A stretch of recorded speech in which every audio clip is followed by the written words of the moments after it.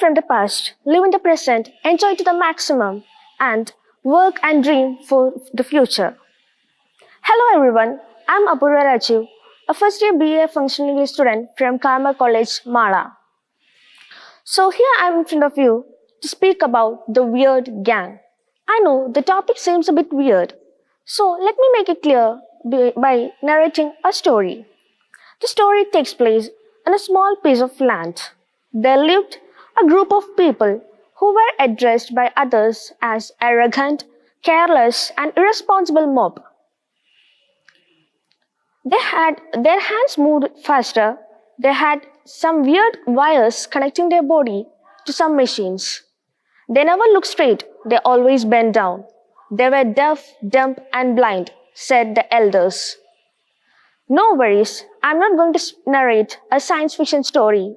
Indeed, it's a story about an alien group of people, the Weird Gang. And the Weird Gang were given a name, the Youth. And the wires I have been mentioning about were the earphones. Their head was always bent into the smartphone. They never look into the society. That is what the elders say. So let's come back to the story. One day, this piece of land was affected by a hazardous disaster, and it took away everything from the people of that land.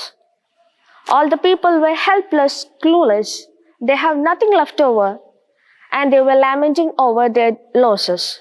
Then there comes the arrival of this weird gang with their innovative ideas, selfless service, tireless working for 24 hours.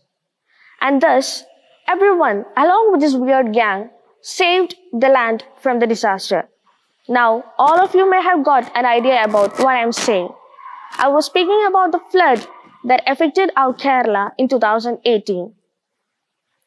So the youth were always being blamed by elders for not having respect for elders. They don't respect elders. They were blamed for their lifestyle, their hairstyle, their dressing style, and what else. And then the elders would say, long ago, in our time, when we were young, we were not like this. We never questioned our elders. We obliged to them. We never dressed like this. We were decent in a way of dressing. And they blame the youth, the present day youth, for having a different type of style, and so on.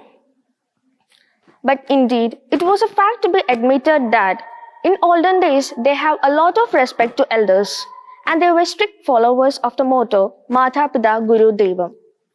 But this doesn't mean that we, the present youth, don't have respect in them. We have it in us, but many of us feel it reluctant to express that, mentioning that all these rituals are unwanted cheap shows. Then there comes another comparison. It says that the present day youth are not social. Not the point. I'm not speaking about the social media. Of course, we all are very active in social medias. We are busy in making new virtual friends in a new virtual world. Here I'm speaking about social in society. They walk around everywhere, every time, with earphones plugged in their ears, head bent over in the smartphone, while eating, sleeping, sitting, talking, and even while crossing the road, they look into their phone. So the elders say, we never open our eyes into the society. Then there comes the comparison. They say the older youth or the youth in the past time could be relied for every problems. They raised their voice for the suppressed.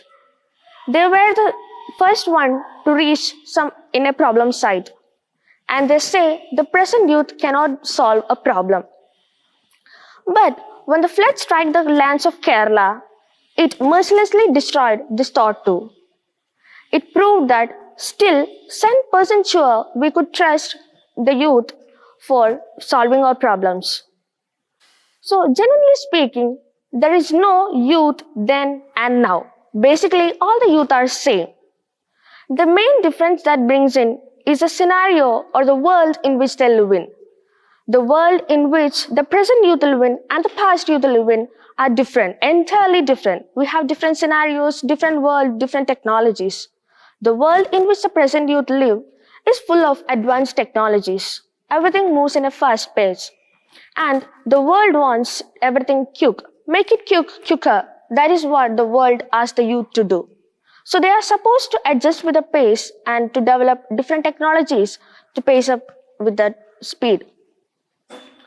The power of the youth is a commonwealth for the entire world. The face of the young people are the faces of our past, our present, and our future. No segments in the society can match with the power, ideologies, and courage of the youth. These are the words said by Kailash Satyarthi, the Nobel Peace Prize winner, about the youth. So, what is to be done? The remedy for the problem is that channelize the thought of the youth. This is what Swami Vivekananda has done. He was known as the architect of young India. His birthday has been celebrated as the National Youth Day.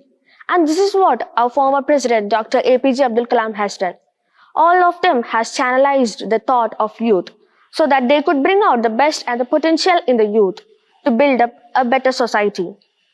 So I would like to conclude by reminding everyone that let's hope that the Mission 2020 of Dr. APJ Abdul Kalam could be accomplished soon successfully. Thank you.